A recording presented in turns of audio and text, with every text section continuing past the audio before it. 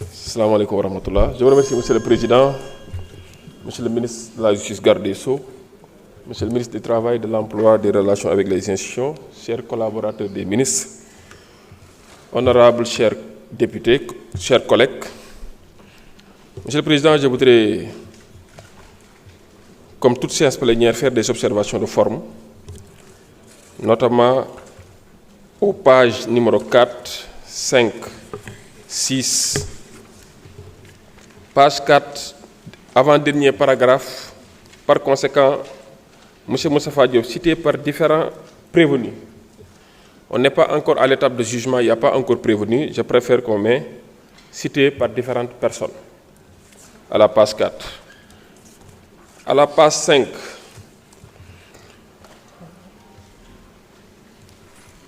Troisième ligne, avant la fin. Connaissance de la prévenue, Madame Tabaski Ngom, je préfère qu'on mette de l'inculpé. Elle est inculpée, elle n'est pas encore prévenue. Il en est ainsi à la page 6, deuxième paragraphe. En outre, notre collègue s'est opposé à la demande de levée de son immunité parlementaire en soutenant qu'il n'a jamais fait d'emprunt à la prévenue. Je préfère qu'on mette à l'inculpé. Ceci étant, Monsieur le Président, nga may ma gërëm commission ad hoc bi nga xamante ni jiite naa ko ñu liggéey ci lii ñu aboutir tey ci séance bi gannaaw ba ma gërëmee collègues yépp les 11 membres maa ngi gërëm le député Moustapha Diop bi nga xam ne au moins il a fait montre de responsabilité, de sérénité et surtout de respect envers l'institution parlementaire. ba mu ñëwee moom xam na ni respecté nañ ay droits am comme moom tamit gis nañ ci moom respect envers les membres de la commission. Effectivement yoon mayoon na ko te rappelé nañ ko ba mu egsee ndax choisir nga défenseur parmi les collègues députés mu ni il n'a pas besoin de se faire assister par un défenseur, il pourra se défendre lui-même. ñu nangul ko ko mettre nañ à sa disposition l'entier dossier. Consulter na ko xam naa ni sommairement rek parce que peut-être temps bi xatoon na joxaat ñu ko ba pare fekk si ñu si questions yi ak réponses yi moom xam na ni respecté nañ présomption d'innocence am moo tax bëgguñu woon a dugg ci certaines considérations notamment de fond. Parce que yàgg naa ko wax ma ni Assemblée nationale du collaborateur justice waaye Assemblée nationale également warta nekk obstacle wala entrave ci œuvre judiciaire. Parce que booy wax collaboration dafay mel ni dafay am benn parfum de complicité. Ce n'est pas une collaboration. On respecte la séparation des pouvoirs. Chaque pouvoir exerce ses prérogatives constitutionnelles. Kon Assemblée nationale gisul pour collaborer mais day gis ni justice tamit warta gis ni assemblée da ko empêcher mu def liggéeyam. Loolu moo ñu yóbbee suñu bañ a dugg ci ndax diw def na wala diw deful. te yaakaar naa man dama jàpp ni sax Moustapha Diop war na mën a gërëm assemblée gërëm commission d'enquête bi pour ñu permettre ko mu mën a dem setal boppam bu fekkee dañ kaa war a taxal wala ñu entendre que bu fekkee comme témoin kese dañ ko war a citer. D'autant plus que ci dossier bi ñu jox il n'a pas été visé par le réquisitoire de procureur de la République, même si il y a des personnes dénommées formellement identifiées, mais également il y a X. X peut devenir n'importe quelle personne. Alors, loolu dina ko permettre mu seetal boppam parce que ba jusqu'ici personne ne l'a accusé, personne ne l'a poursuivi, personne ne l'a inculpé. Comme je l'ai dit tout à l'heure, son nom ne figure dans aucun réquisitoire interdictif pour dire qu'il serait accusé. Alors, wax na la dernière fois ne comme kenn visé wu ko nañ ko may ñu entendre que comme témoin ba keroog muy am statut de personne inculpable. Loolu tamit justice moo koy apprécier. Parce que texte bi waxul aucun député ne peut être entendu dani aucun député ne peut être poursuivi ou arrêté. Audition bi nag justice moo koy def dès l'instant que amagul benn statut comme inculpé encore moins prévenu parce qu'on n'est pas encore devant le tribunal. Bu justice demandé ñu lever pour loolu bañ a nekk obstacle, d'autant plus que lui il peut se prévaloir de son statut de député pour dire que nañ ko lever par doo ko entendre, raison pour laquelle je pense qu'on lui rend service d'aller laver son honneur devant la justice et peut-être nous revenir vivement comme député. Je vous remercie. Merci beaucoup. La parole est à notre collègue Marie-Angélique Diouf pour réagir sur les observations. Merci beaucoup, Monsieur le Président. Monsieur le Président, j'ai pris acte de vos observations.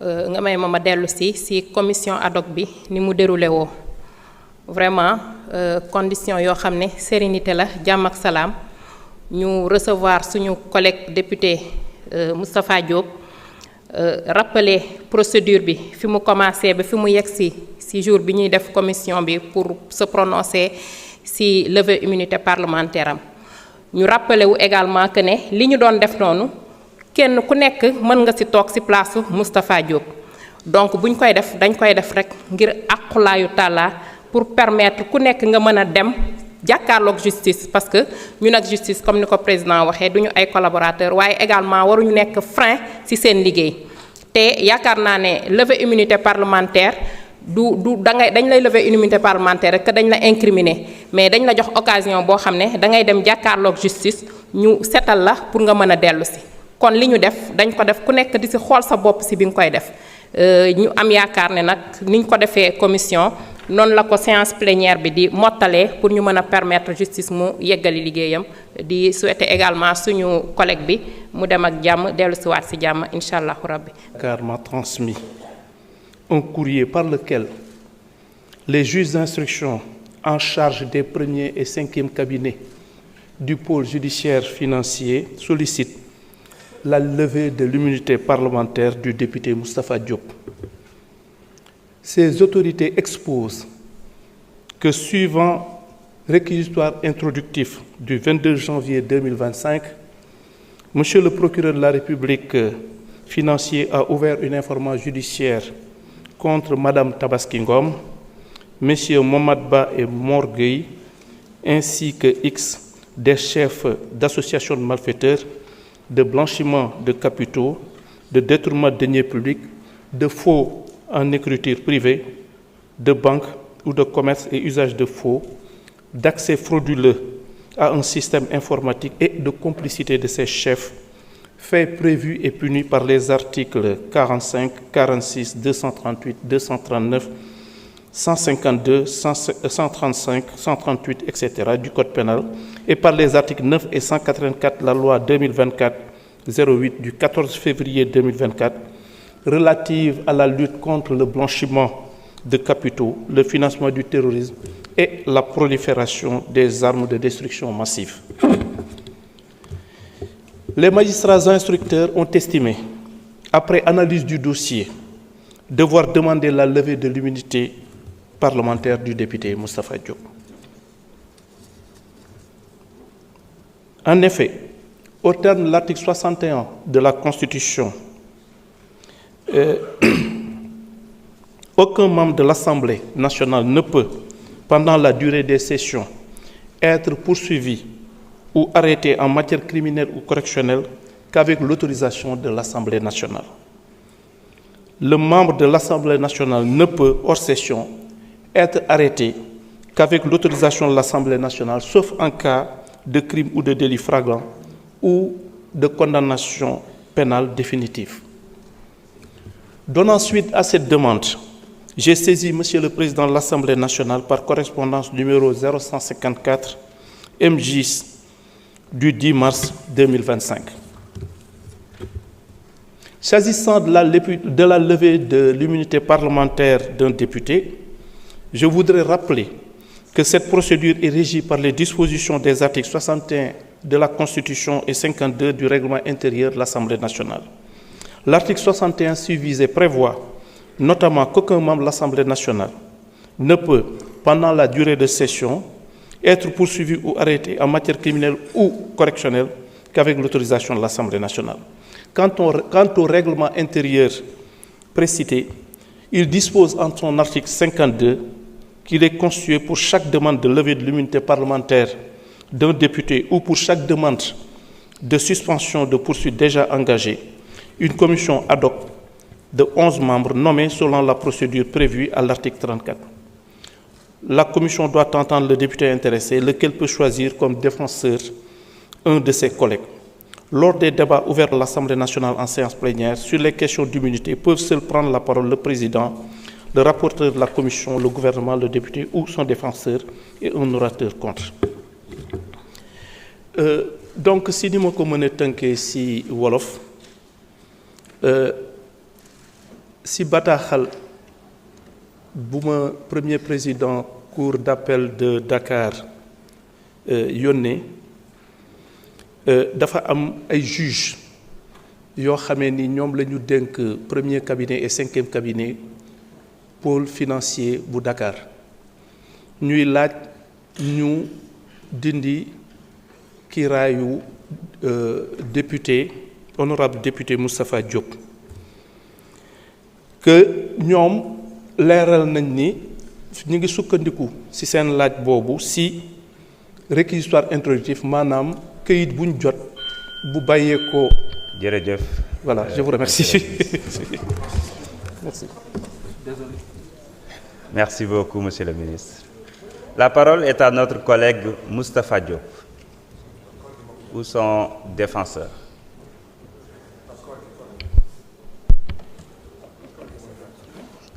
Veuillez insérer votre carte.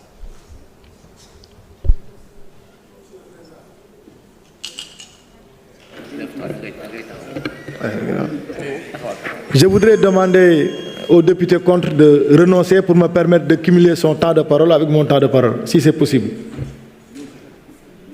Non, vous prenez juste votre temps de parole et après on vérifiera s'il y a un député contre. Parce qu'on sait pas. Donc je vais demander au député contre de me laisser seul me défendre. Merci.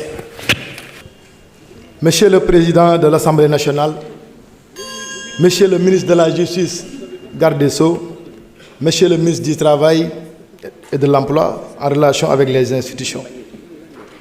Si j'ai accepté ce jour de me présenter en personne devant vous pour me défendre, c'est que je n'ai rien à me reprocher. J'ai toujours demandé et voulu comparaître en personne devant le juge en renonçant moi-même à mon immunité parlementaire. Dans cette affaire, je suis innocent et absolument innocent.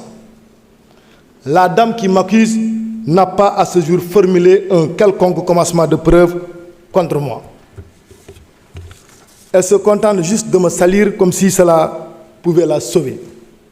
En effet, comment a-t-elle pu passer de 700 millions de francs CFA qu'elle aurait détournés avec ma complicité à seulement 300 millions qu'elle aurait déclaré m'avoir prêté? Où se trouve la vérité? La vérité est que je n'ai rien à voir dans cette affaire de détournement, même si je connais la dame. Aujourd'hui, je fais face à vous avec la conscience claire d'un innocent.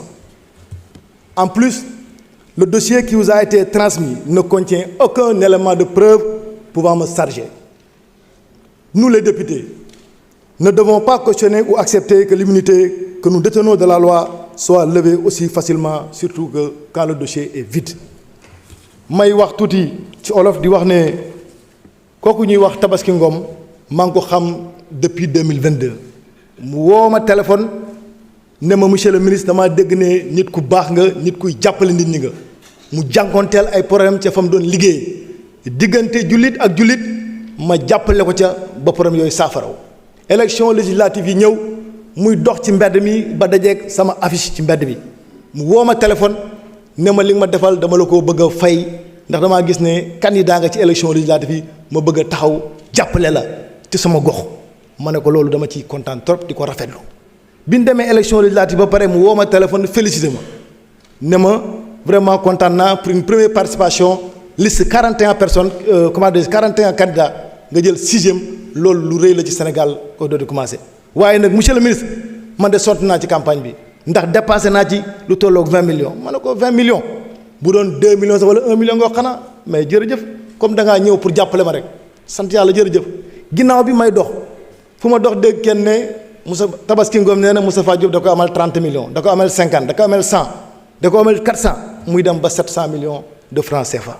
ñu convoqué samay chauffeur mu ne samay chauffeur la ko jox samay chauffeur toog ak enquêteurs yi xamal leen ne ñu def leen confrontation mu ne yorul joxuñu leen dërëm mu cité ci Mohamed Ba xamal ko ne ko ban noonam laa jéem naa koo dàqalu yàgg mosu ñu seq mbirum xaalis keneen ki ñu ci cité muy Mor Gueye mu ne moom mosumaa gis man xam ma Mor Gueye daa ñuul xam ma daa njool xam ma daa gàtt ma ñëw ñu laaj ko Tabaski Ngom ñaata nga lebal Moustapha jóge na ca 700 mu ne 300 millions la ma lebal ñu ne ko ana say preuve mu ne dama koo liggéey may laaj lii Sénégal képp koo xam ne amel nga nit bor su dépassé 20 000 francs CFA loi bee ko wax dañ ko war a signer ci biir papier te nag leb la wax man damaa gisul ci Sénégal fan la lebal nit xaalis nekk délit d'autant plus que man liggéeyu ma séeréer sa xam ma fu séeréer sa nekk ci àddina donc man nan lan ma mën a jëlee di ma tudd ci xaalis boobu gis naa ay samay noonu ñoo xam ne ñu ngi ànd ak moom doon ko jàppale ci mbir mi créer benn décharge une fausse décharge boo xam ne ñu ngi ko noté le 29 novembre man boobu nekkuma ministre intitulé ministère bi ñu bind du sama ministère écriture yi du sama écriture binduma ko te boo xoolee xam ne ab droitier moo ko bind ñu scanné cachet teg ci ñu daw di wax ay cassette may leen di xamal ne ba jant bi fenk kenn du ma sa génn këyit bu ma sien wala nga génn benn audio bu ma naan Tabaski Ngom lebal ma xaalis wala al ma xaalis kon ma bëggoon ñu dellu si suñu xel di wax député yi lii ñuy def ak fii procédure bi agsi nañu xam ne lii daa nekk benn président dangereux et suba jurisprudence Moustapha Diop dina am fii ci assemblée bi tey su benn nit sàccee fenn xaalis ñëw ne Taïb Daffé la jël benn parti bi lebal ko ndax dañuy sumi Ayib Daffé ndax dañuy kii kon ñu war a dellusiwaat xoolaat mbir yi man nag ëmma lu may daw ëmma lu may ragal taalibe Serigne Touba laa ëmma lu may daw yàlla laa yaakaar ma leen di ñaan yéen député yi à l'unanimité opposition pouvoir yéen ñëpp ngeen voté dindi sama immunité parlementaire bi nga xam ne askan wi ma ko jox loi bi jox ma ko ma mën a dem ci affaire Tabaski Ngom deseeg immunité parlementaire bu suñu borom nga xam ne moo rek moo fi sës tawakkaltu Allah wa salaamu aleykum wa rahmatullah. Merci beaucoup. Merci, honorable. Y a-t-il un orateur contre? Oui. Vous avez la parole, honorable Sarr. Il n'y a pas de compte. Non, il est pour. C'est la procédure, hein? Vous pouvez prendre la parole. Vous désistez? Non. Je ne veux pas de député contre. C'est bon, Moussa, ne parle pas. Voilà. Vous désistez? Non. Merci beaucoup. Mes chers collègues, le débat est clos. Je mets aux voix les conclusions de la commission. Le vote commence.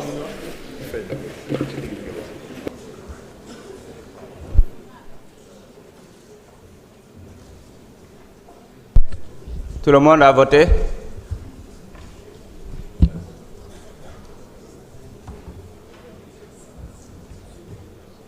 Le vote est terminé.